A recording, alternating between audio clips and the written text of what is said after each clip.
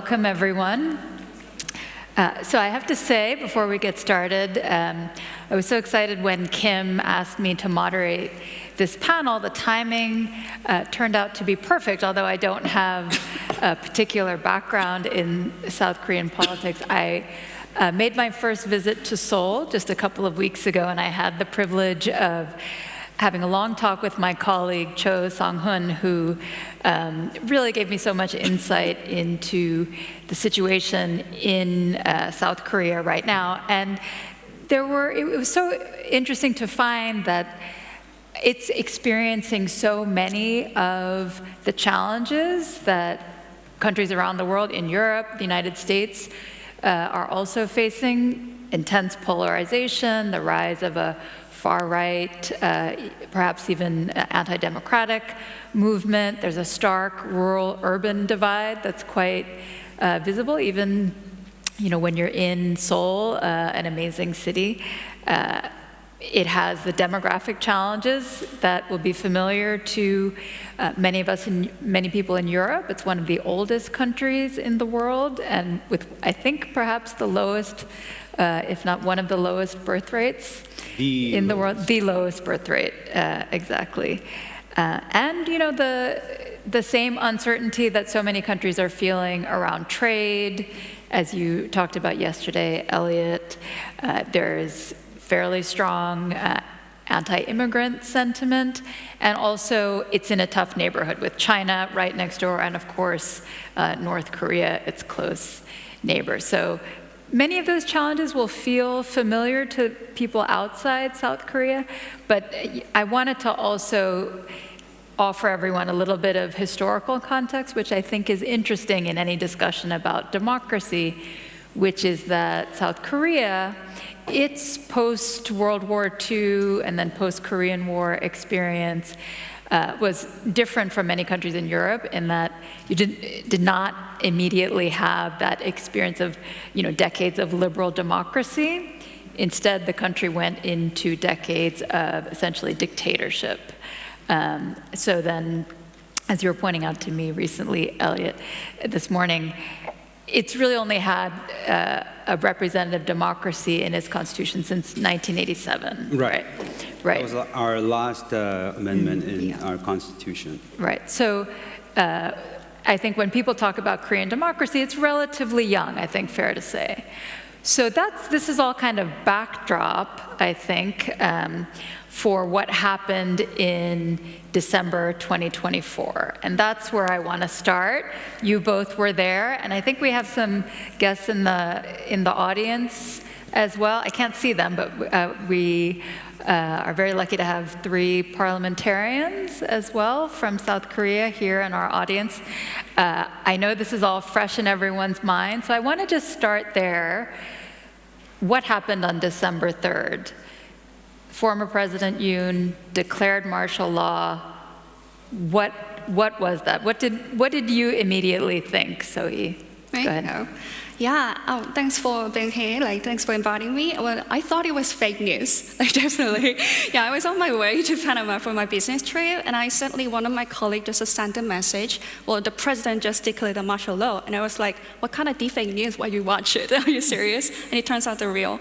So yes, some of my friends and colleagues just rushed at the premise, and the photos and videos they shared were shocking because the helicopters, military vehicles at the premise, the proclamation, banning all of the political activities with the immediate threats of arrest. Everything was shocking. But the people, many citizens were gathered there without knowing what kind of threat they're gonna face. Because as you mentioned, in South Korea, there's hard lesson from the democratization, the process, the struggles comes from the 1980s. So our spirit of democracy is rooted in there. We know that every South Korean knows that how devastating the tragedy can happen when authoritarianism and the state violence collide. So our spirit in there, the martial law was just direct assault on it. Right. Yeah. So that memory of martial law was recent enough, even for young people who might not have even been alive at that time, but it was in recent memory, and you knew that this was a crisis. Now, Elliot, you had perhaps a somewhat different. Well, I had a similar experience. I mean, someone called me and said, look at the news. I said, what are you talking about? So I remember trying to go to bed again. But again, a lot of people a lot of foreign friends texted me and saying, what's going on? And then I just realized that this was an actual thing. So like Sohee said, this was an unfathomable event that actually happened on December 3rd. And, post the martial law, a lot of people, a lot of friends and whatnot, observers, worried about what's going to be mean for Korean democracy. But I would like to just stress out that it was amazing to witness the fragility of democracy, but the resilience of it. And we just saw it in the span of, 3-4 hours.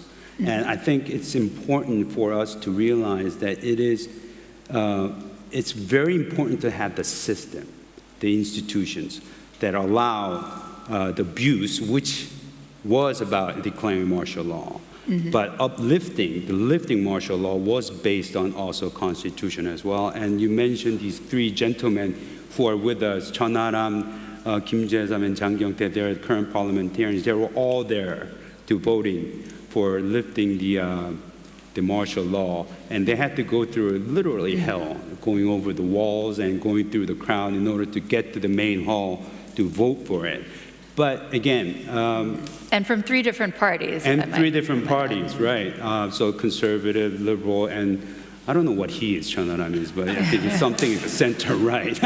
But anyway, so it was a concerted effort. And, even when President Yoon was impeached from the Constitutional Court, even the statement said it was by the people that actually helped uplifting or lifting the martial law, stopping the President Yoon. So, that 200-year-old, saying, by the people, that phrase still is very, very relevant until these days. So that was been my experience, and obviously we had to go through some very, very stressful period from the martial law, the lifting, and impeachment, and to the snap election we had in June. So let's talk about that for a minute, because I don't think we can overstate again how important that was, the way that Korean people, Korean politicians of all parties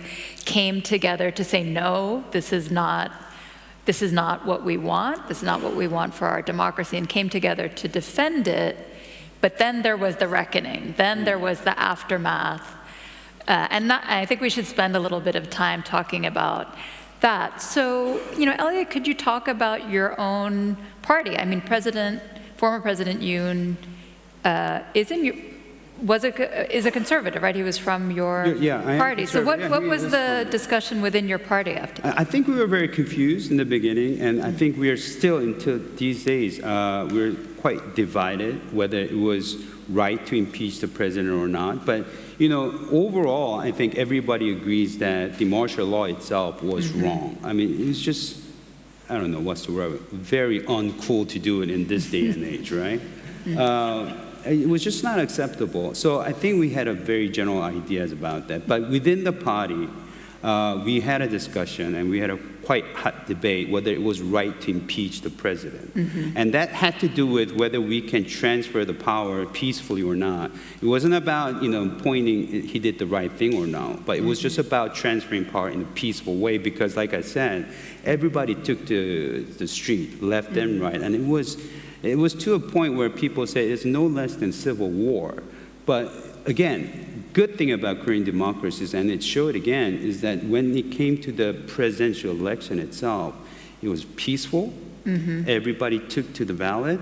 More than 77% of the population went to the vote for the president. And even though more than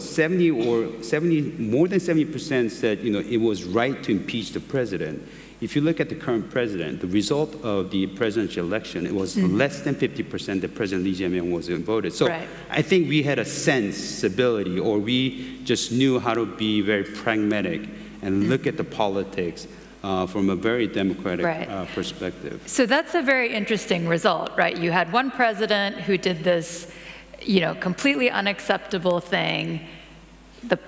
The public rejected that overwhelmingly, but it did not translate into overwhelming support for the new president, President Lee. The country is quite divided, and I think maybe we should spend a little time talking about that. So you work with a lot of young people. You've mobilized an amazing number of young people trying to get them into politics.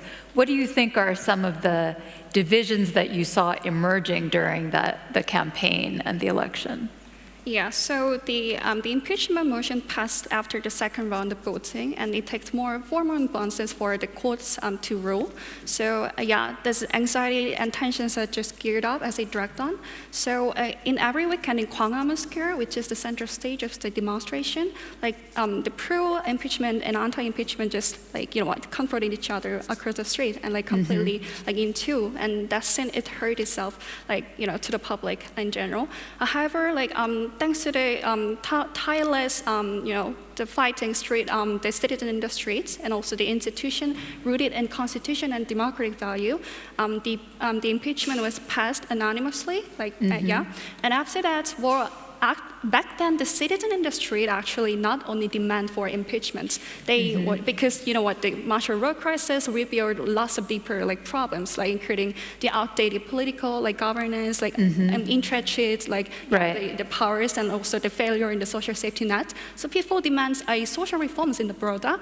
However, the politics has the politics unsettled the dynamics? I don't think so, because both the dominant parties are still in the traps in the ideological conflicts. For example, the People Power parties were still those who deny the impeachment, just taking their leadership, and also Democratic Party, their hardliners also using keep fueling the partisan attacks to appeal their supporters. So this ecosystem, the problem-solving political leadership cannot thrive, and it hurts most vulnerable and the youth. And there's where our work exists. Right. So there were divisions about whether it was right to impeach or not to impeach. A lot of kind of underlying dissatisfaction with the existing political parties, the need for just something new political formations, which I know you've been involved in. So all of that's coming out. I think gender gaps have emerged as well.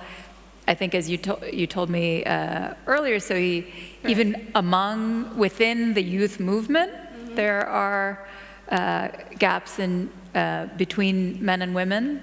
Yeah, if that's correct. Have you seen some of those same divisions? In terms Elliot? Of gender? Well, I mean, did you observe that sort of frustration with the existing political parties? I mean, you've mentioned to me the need for balance between left and right, and that seems to be kind of in danger, or sort of not quite stable anymore. Well, I support her movement, and I do see the need for third voice when our political system is so divided. You just need somebody representing people who are at center. Having said that, the reality is that we tend to vote either left or right, and which means that in my opinion, and since I am part of the Conservative Party, it is better for these two systems or two parties to get out of the old ways of heckling each other and finding new ways to having a right dialogue. Now, we talked about the democracy, we talked about the procedure and how it was very democratic, and now we have the new president. However, it's not the end of the job. The job isn't finished yet, because I also feel that there is a danger of our democracy being threatened, even with the new administration. And I say this because, again, I'm opposition, so I need to oppose. Is that there's so much sheer power on the ruling party right now in terms of number. The balance had been broken. And I think the important thing about the democracy, or the good democracy that we have an idea, is that you need to have a right balance. And that balance brings humility into politics. And that's the way how you serve people. That gives incentive for politicians to really go out and have a meaningful conversation. But I think that balance is broken. So I think in that sense, our democracy is still an ongoing. And for foreseeable future, this is something of a challenge that we have within our society. I don't know how it's going to come out, but again, beauty of democracy is, again, the people have the choice. They can choose when the elections comes. And, depending on how right side come out of this ash, it's going to really determine next elections whether we'll be able to find that balance. And how concerned, sorry, go ahead. Sohee. Can I just quickly add on? Like, as a political activist, I see that, it's the most serious issue in the political ecosystem in South Korea is like that both the parties that benefit from the hostile coexistence. So it's like benefit themselves. So, and that ecosystem, as I mentioned, the problem like solving leadership cannot drive. So yeah, that our team values works to aim to incubate a more like competence and like scalable and problem-solving leadership, and also agenda-based campaign strategies to crack the structures. Because we think this is a responsibility to answer the citizen we witness in the streets. Yeah. So, are you concerned? Are either of you concerned that in this sort of delicate situation that South Korea is in right now, you're going to see the emergence of anti-democratic forces, either on the far right or from other parts of society, perhaps like just people who are disillusioned with this system that you've described?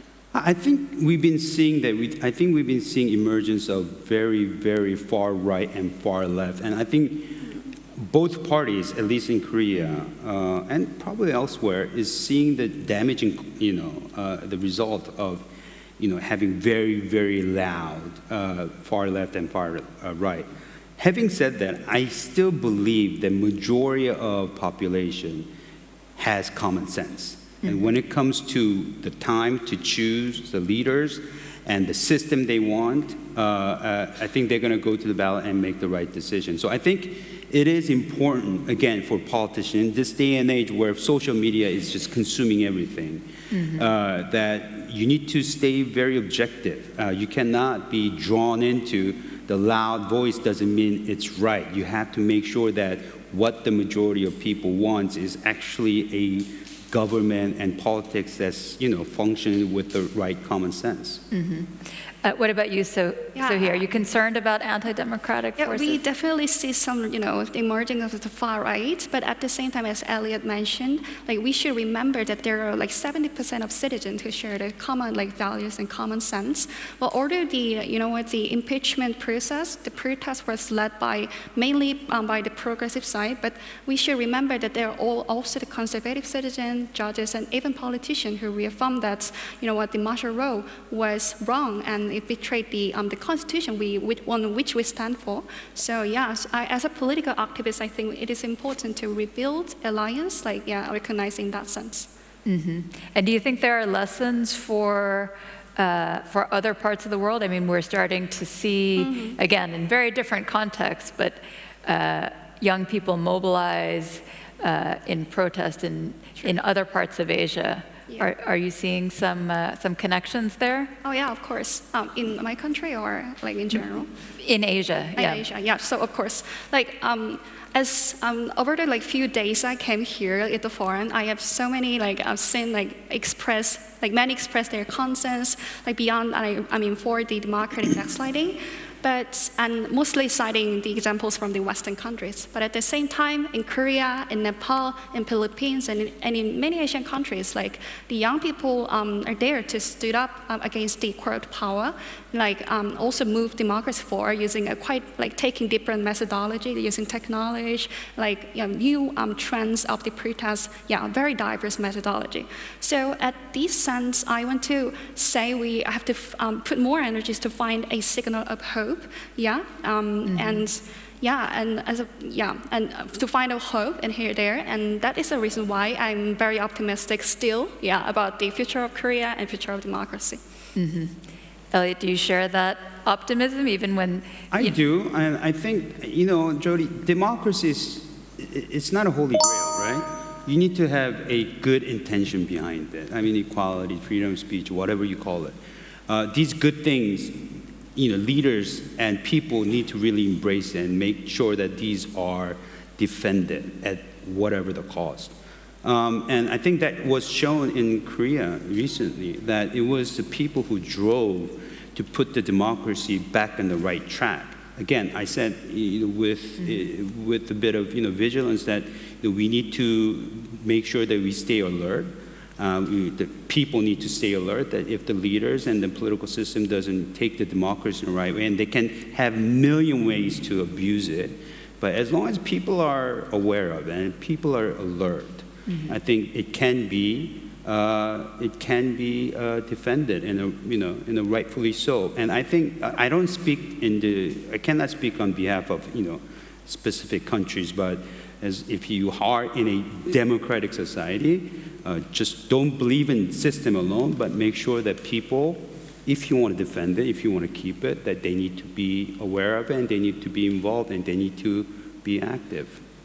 Okay, great. Well, we'll leave it there. I wish we had time for questions, because you all have lived through some of the things that many of us have only theorized about. So thanks for bringing your experience to us today. Really appreciate it. Thank you.